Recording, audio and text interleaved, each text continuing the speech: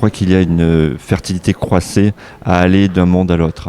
En effet, aujourd'hui, le monde est beaucoup plus complexe et les choses sont beaucoup moins simples qu'avant. Le secteur privé, par exemple, occupe aujourd'hui des missions de service public dans le cadre de délégations de service public et bon nombre de nos collègues vont faire une partie de leur carrière dans le secteur privé. Et nous avons également dans la fonction publique territoriale en particulier, depuis bien longtemps, depuis les années 80, un certain nombre de nos collaborateurs qui viennent du secteur privé, qui viennent enrichir de leurs compétences les missions qui sont celles du service public.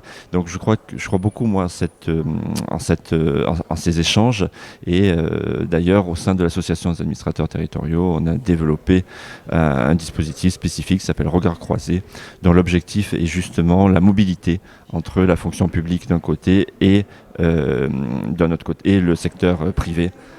Les entreprises notamment, voire même le tiers secteur, secteur mutualiste ou associatif, souvent investi également de missions de service public. Je crois que les échanges ne sont pas suffisants entre ces deux mondes. Notamment la fonction publique territoriale accueille de très nombreuses personnes qui viennent du secteur privé.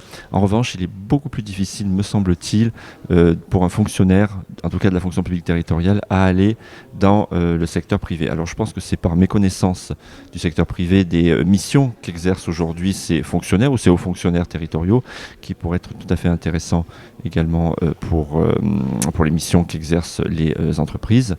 Et je crois aussi qu'il y a un frein réglementaire puisque lorsqu'un fonctionnaire décide d'aller travailler dans le privé pour simplement quelques années, il perd le bénéfice des avancements lorsqu'il revient dans la fonction publique. Or, je crois que ça, c'est pour quelqu'un en tout cas qui ne souhaite pas finir sa carrière dans le privé, il me semble que ça peut être un frein à cette mobilité.